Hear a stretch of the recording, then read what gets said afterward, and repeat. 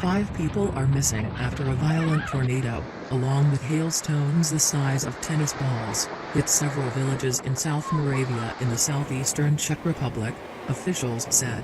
The local hospital in the town of Hodonín treated 83 wounded. 45 people were hospitalized in the hospital, 6 of them in serious condition, said the director of the hospital, Antonin Tesarik. According to the mayor of Lusatia, Thomas Klasek, the most affected area is the village of Lusis, where 100 to 120 houses were destroyed or damaged. Roofs were torn off houses and other buildings, windows were shattered, cars were overturned, and debris was strewn across the streets. About 100 firefighters, including additional brigades from Austria and Slovakia, helped with the recovery effort along with the city's search and rescue teams, Interior Minister Jan Hanušek said. The Czech army has sent an engineering unit to the region, and according to the Ministry of Defense, additional units are being sent there.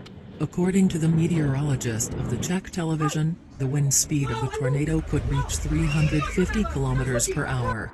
This will make it the strongest storm in recent memory in the Central European country and the first tornado since 2018.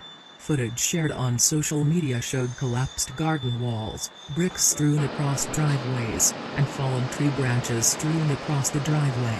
Police said they were called around 7:20 p.m. to report damage to roofs, electrical equipment and vehicles. The Metropolitan Police's Twitter account said, "This is a weather-related incident during which a lightning strike occurred. In addition to tornadoes, we have seen reports of a lightning strike but cannot confirm this. There is no information about the victims." Officers are in contact with local authorities to ensure support for all those affected by property damage.